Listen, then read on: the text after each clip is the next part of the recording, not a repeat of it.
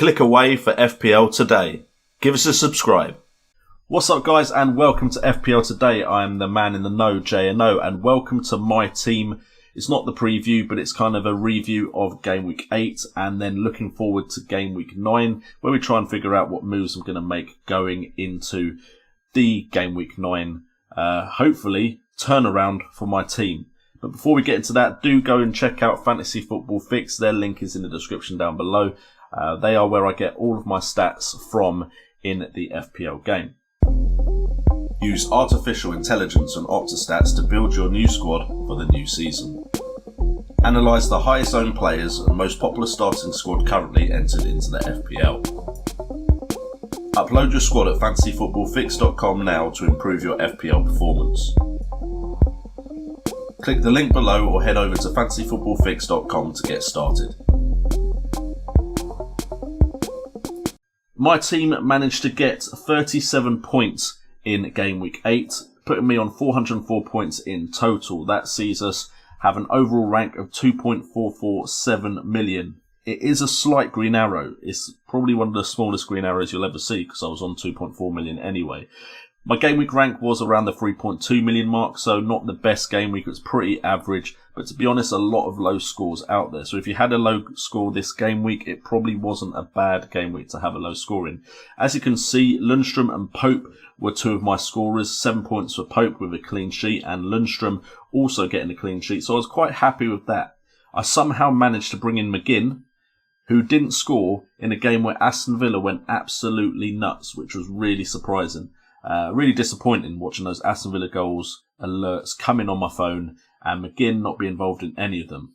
Sterling, Salah and Cantwell were just as disappointing. Chelsea couldn't keep a clean sheet against Southampton, and Pukki and Barnes have been very, very disappointing recently and probably are going to be on the outs. But Abraham did manage to get a goal and could have potentially got more. Would have been a better captaincy option than Sterling, but I stuck with Sterling because it was Wolves. And Wolves have looked pretty bad recently, and I thought Man City could go and do a job here.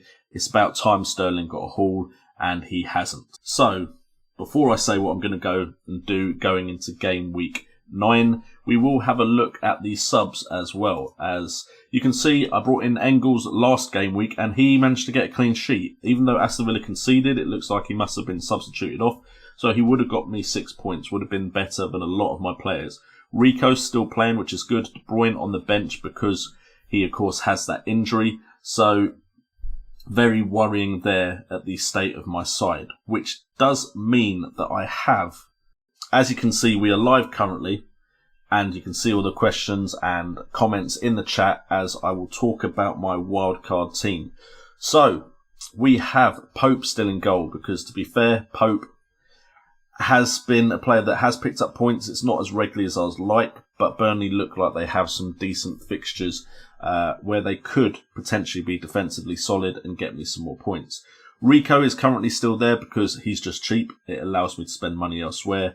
Alexander-Arnold survives as well. And then you can see the defence changes. Apart from Lundstrom and Tomori on the bench, we have Sionku, who is at a Leicester side that I have a good feeling about this season. I think will really push to potentially even get top 4, because the way some of the big sides are currently playing, I do think Leicester have a chance. If you remember when Leicester won the title in 2015-16 season, I believe that's the correct one. They won it when a lot of the teams around them were very disappointing. A lot of the big six were very disappointing. I potentially think outside of Liverpool and maybe Chelsea, who look like they've got some momentum, and Man City, who, to be fair, two blips, two results that aren't exactly what you'd expect from them, but otherwise they have been winning games and they look like they can still get into the top 4 no matter what happens in some of those games where they've not performed that well.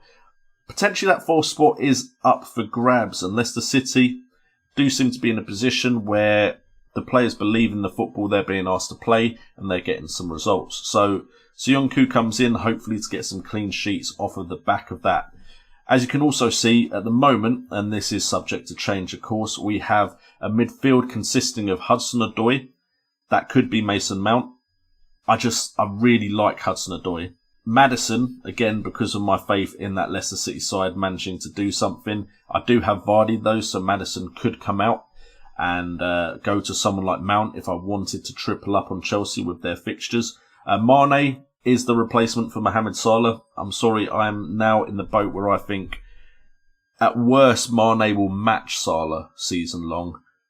But Mane just seems a better finisher and seems to be getting into more dangerous positions for me and is cheaper. And I want to get in on him before he's too close to Salah's price, where the move wouldn't make as much sense.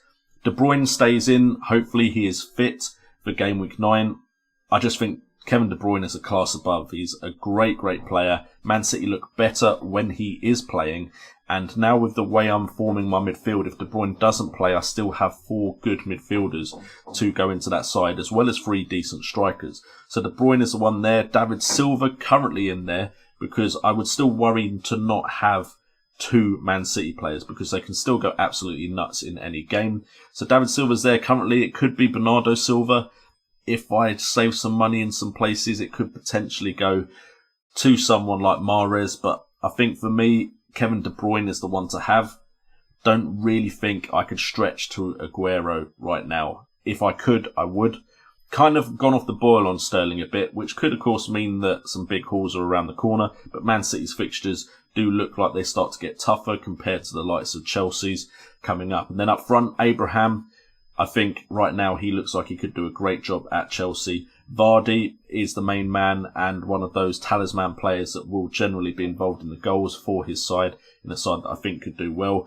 And then Callum Wilson as well. He's just been very consistent, and I'm fed up of the inconsistency of Pukki and Barnes. And then on the bench, I've also mentioned Hudson-Odoi, but that could be Mount. Tamori Lundstrom staying, because Lundstrom is value for money, one of the best players in the game at the moment, and I've been getting some value off of him as he rises in price, so Lundstrom isn't going. But that could all change.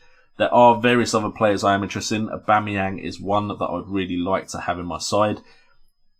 West Ham, I kind of look at West Ham and think maybe, but I've been burned by picking West Ham players before. Yarmolenko is one that I am interested in. Slight differential compared to the likes of Harler and Lanzini. Defence, I would like Pereira.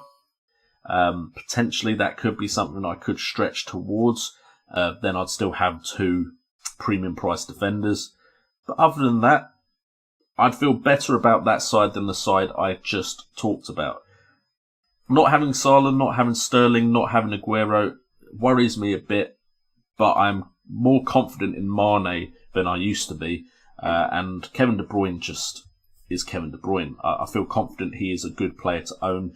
Do I think he'll cover Sterling's points or Aguero's points? Probably not, especially if other people have Sterling and Aguero still. But I think I've hedged my bets too much on a few players and they've not performed. And because they've not performed, my scores have been disappointing. So we have changed the script, and hopefully this will see me do better in the FPL game. So guys, thank you for listening to me as I go through my team and the thoughts and my wildcard. If you have enjoyed the video, please do like and subscribe, and check out all the links in the description down below, including Fantasy Football Fix, who are a sponsor for this channel. Much appreciated to Fantasy Football Fix. I've been JNO, this has been FPL Today, and remember, it's all about the game.